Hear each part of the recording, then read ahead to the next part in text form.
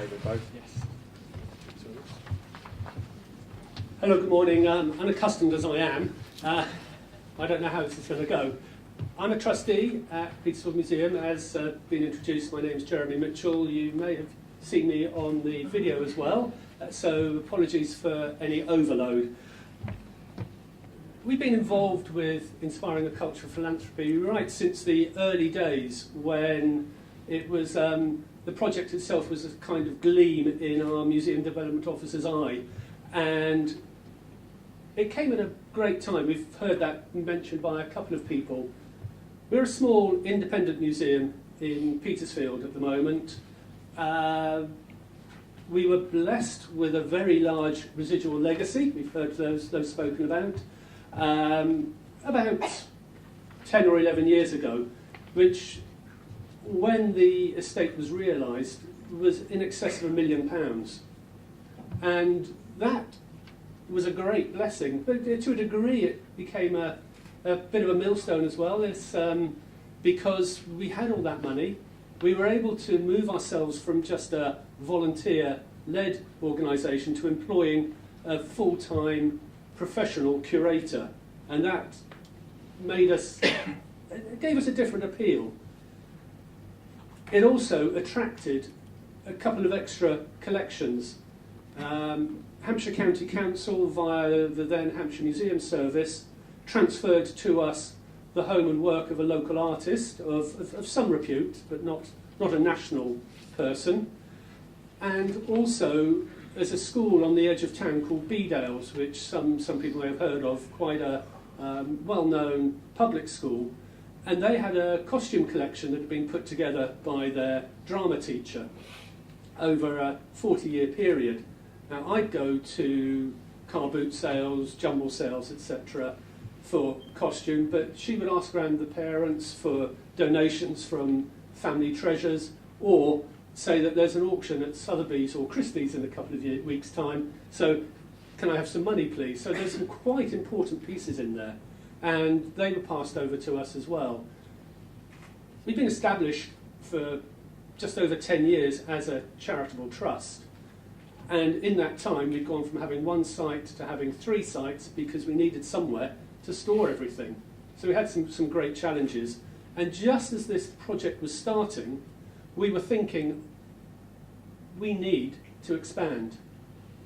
Petersfield Police Station was coming on the market, and being on the same site as our Social History Museum, being in an old Victorian courthouse, just gave us the opportunity to buy somewhere to consolidate onto one site. Through the legacy, we had the funds to be able to buy the police station. But after that, it was a leap in the dark. The downside of having that legacy was that we've been able to probably generate 70 to 80% of our running costs from income from that investment. So we hadn't had to do a lot of fundraising. So we were almost, apart from 1 or 2 successful lottery fund bids, starting completely from scratch. And we made our case to the project team from the Scholarly and Cultural Philanthropy as to why we should be included in cohort 1. 2 main reasons that we'd identified. 1, we needed to raise the funds to develop the museum. But 2, we needed to have that kind of philosophy, that strength within the organisation to take it forward.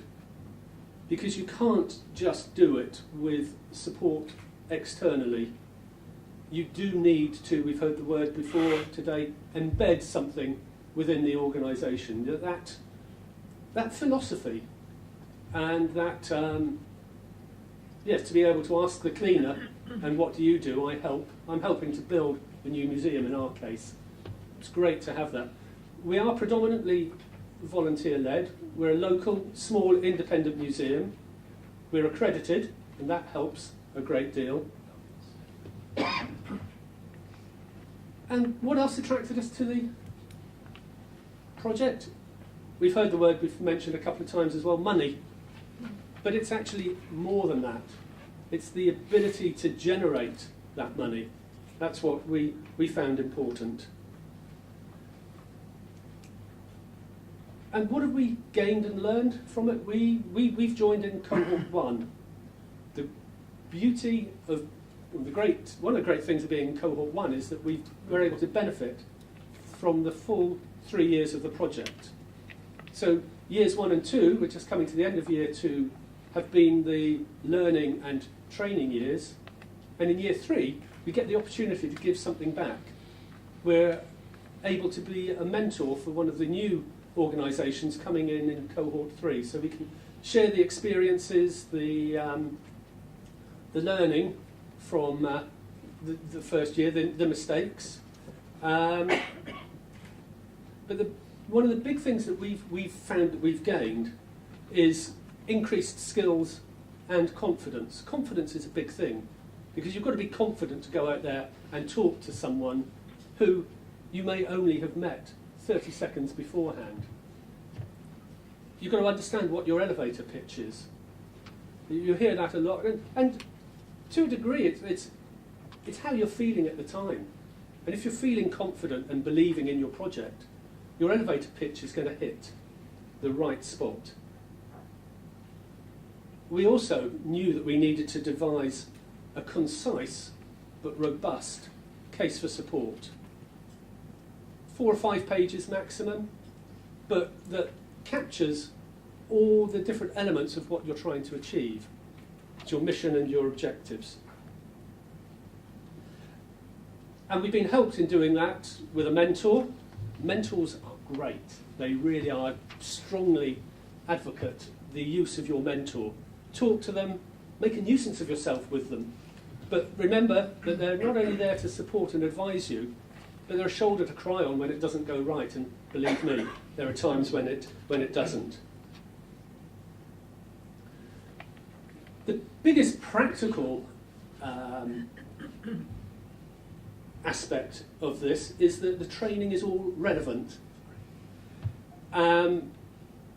Remember that. We get a lot of theoretical training, but what is really, really good with this is that it's focused on you as an organisation. You're talking to peers who are in the same place, and you're learning and gaining from them. I love the project and everybody who's involved in it. Thanks very much.